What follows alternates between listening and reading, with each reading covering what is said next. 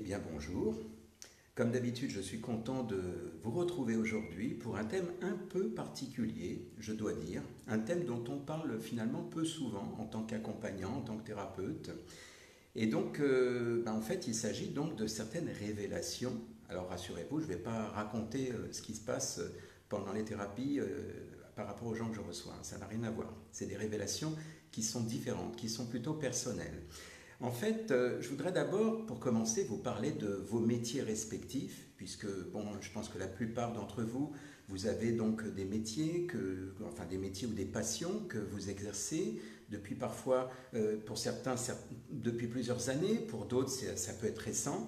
Et vous avez remarqué, quand on commence un métier, eh bien, on finit à un moment donné par exceller dans ce métier. On finit par être bon, que vous soyez, je ne sais pas moi, mécanicien, boulanger, que vous soyez chef d'entreprise. Eh bien, on finit tous à un moment donné par devenir performant. C'est-à-dire qu'à un moment donné, quand on est focalisé dans notre activité, si on vous pose une question sur votre métier, vous êtes, j'allais dire, incollable. Comme je disais tout à l'heure, vous excellez. Et donc, c'est génial, c'est plutôt super, c'est-à-dire que toutes les peurs que vous aviez eues au début, peut-être, si vous vous souvenez, peut-être la première semaine, quand vous avez commencé votre travail, peut-être que vous n'étiez pas très à l'aise, peut-être que vous faisiez des erreurs, vous êtes posé des questions, est-ce que je vais y arriver? Puis aujourd'hui, si ça se trouve, ça roule depuis des années pour vous, et ça devient comme une sorte de routine, d'évidence. Voilà, donc en fait, vous savez ce que je voulais vous dire, c'est que des gens qui ont donc des métiers passionnants, des gens qui maîtrisent leur métier, j'en reçois à longueur de journée depuis bientôt 18 ans. Donc j'en ai reçu quand même quelques milliers, on va dire. J'ai reçu des chefs d'entreprise, j'ai reçu des professionnels en tout genre, des comédiens, des hommes politiques. Donc j'ai reçu des gens qui maîtrisaient vraiment ce qu'ils faisaient. Là, je viens de donner l'exemple d'un homme politique. Il est évident que dans son activité, au sein de son activité, il savait ce qu'il disait, il savait comment parler, il savait quoi dire, quoi faire. Voilà, même chose pour les comédiens, même chose pour des musiciens, même chose pour des chefs d'entreprise. Je veux dire, on est tous calés dans notre domaine à un moment donné. Quand on excelle, quand on commence à prendre de la bouteille, comme on dit, on connaît. Forcément, à un moment donné, on devient bon. Voilà. Et en fait, ces gens-là, tous ceux qui ont donc ces différents métiers, vous y compris, eh bien, vous avez en fait des points communs. Alors, les points communs que vous avez, eh bien, c'est tout simple, ça va vous surprendre, c'est que vous êtes des êtres humains avec des émotions. Voilà, alors quand je vous dis ça, ça fait sourire, mais j'ai une révélation, je vous disais tout à l'heure, à vous faire. C'est que moi aussi, en tant que thérapeute, moi aussi, même si je suis dans mon métier, je suis donc capable d'accompagner les gens, c'est mon métier, eh bien moi aussi, je suis un être humain. Voilà, donc je pense que ce n'est pas un scoop, hein, je n'ai pas la tête d'un extraterrestre, hein, quoique. En tout cas, voilà, donc ce que je voulais vous dire, c'est que en tant que thérapeute, en tant qu'accompagnant, beaucoup de gens nous positionnent comme étant, on va dire, comment dire, comme étant parfait, zéro défaut. Moi, j'ai des fois des gens qui me disent oui, vous êtes thérapeute, donc forcément, vous, tout est parfait, etc. Eh bien, l'idée, c'est quand même de véhiculer évidemment l'image en tant que thérapeute, puisque j'accompagne les gens, et moi, mon travail, c'est de me focaliser sur la problématique des gens qui viennent me voir, donc c'est normal, et je pense que vous faites pareil si vous êtes aussi thérapeute. Et en fait, l'idée, c'est d'être, comment dire, capable de reconnaître qu'on est aussi des êtres humains. Et moi, très souvent, il m'arrive de dire en face de la personne, de dire, mais vous savez que là, vous me dites que tout va bien, etc. Mais vous savez que si demain j'ai un souci, eh bien moi-même, j'irai voir quelqu'un, j'irai voir un confrère. Voilà, et ça, c'est important de pouvoir dire les choses comme ça, de pouvoir être transparent. À mon avis, en tout cas, c'est ma façon de dire les choses.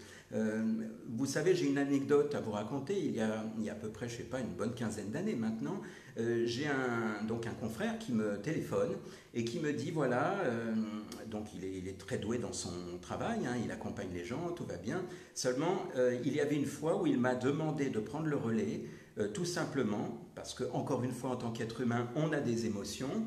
Il m'a demandé de prendre le relais parce que c'était pour accompagner quelqu'un par rapport à un décès, par rapport à un deuil. Et il m'a dit, moi je ne peux pas, sinon je vais chialer. Je vais chialer, pourquoi? Parce qu'il venait de perdre son oncle quelque temps avant. Et il m'a dit, je ne peux pas, même si je suis un professionnel et que je sais accompagner des gens pour le travail de deuil, je ne pourrai pas le faire parce que ça va me toucher personnellement. Et donc ça c'est la limite en fait, c'est la limite que l'on a nous en tant qu'accompagnants. C'est aussi pour ça qu'on travaille beaucoup sur nous avant de faire ce métier, pour pouvoir justement épurer au maximum.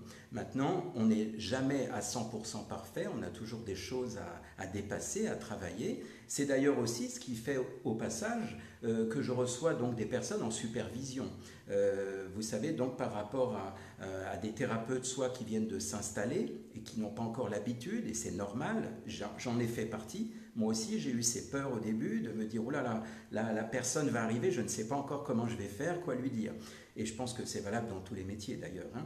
Et en fait, quand on accompagne des gens en supervision, eh bien, même des thérapeutes qui sont en activité depuis quelques années, parfois il peut y avoir des soucis intérieurs, des soucis personnels que l'on doit dépasser. Ça ne veut pas dire qu'on est mauvais, ça veut simplement dire qu'on est focalisé sur notre activité, sur ce qu'on sait faire, et parfois on est un petit peu, j'allais dire, challengé sur certains points par rapport soit à des choses qui nous touchent personnellement, comme l'exemple de l'anecdote dont je vous ai parlé tout à l'heure, de cette personne qui m'a dit voilà, je viens de perdre mon oncle, donc je ne peux pas faire une séance de deuil donc avec la personne qui va venir me voir.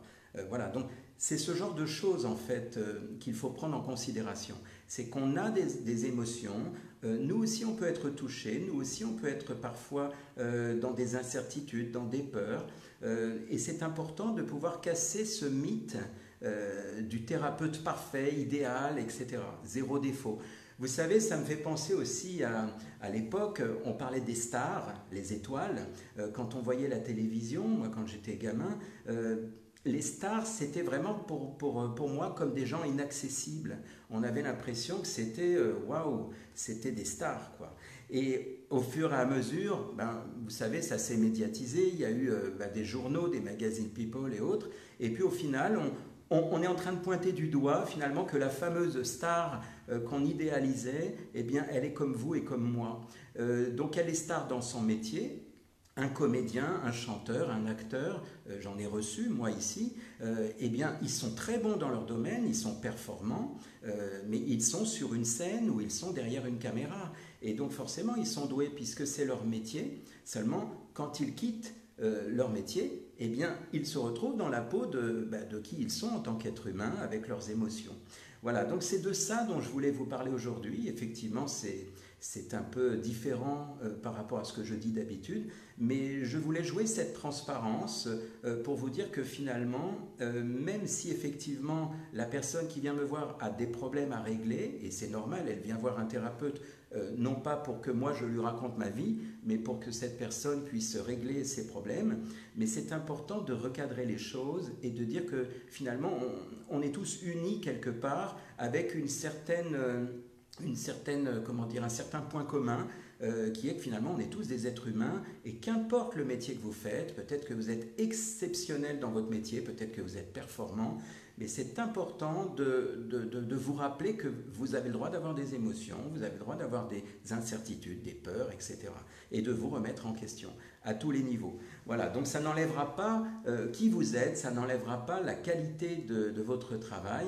Et c'est pour ça, c'est en même temps aussi une façon de donner un message d'espoir à ces gens qui ont l'impression finalement de ne pas vouloir grand-chose dans leur vie, en dehors de leur métier, ils disent oui, moi je sais juste faire ça et c'est tout.